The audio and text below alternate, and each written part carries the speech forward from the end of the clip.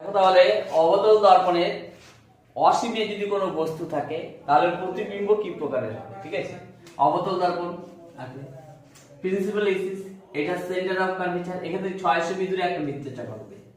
ঠিক আছে, অবতল দর্পণ বলছে, তাহলে বাইরের দিকটা আমরা পলিশ করলাম, এটা কি হবে? পোল হবে, এটা ফোকাস হবে।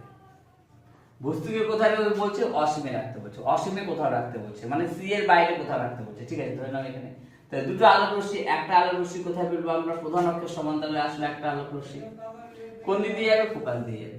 ক্লিয়ার? আবার আরেকটা রশ্মি ফেলবো আমরা কোথায়? অবতল দর্পণে। কোথায়, কোন দিক দিয়ে যাবে রশ্মি? ফোকাস দিয়ে যাবে। ঠিক আছে, তাহলে বস্তু কোথায় গঠিত হবে? এখানে গঠিত হবে। তো সাইজ কি দেখাচ্ছে দেখো তো, সাইজের কথা যদি বলি আমরা, আগে কি হবে? কি ধরনের প্রতিবিম্ব? প্রকৃতি বা নেচার কি হবে প্রতিবিম্বের? নেচার কি হবে?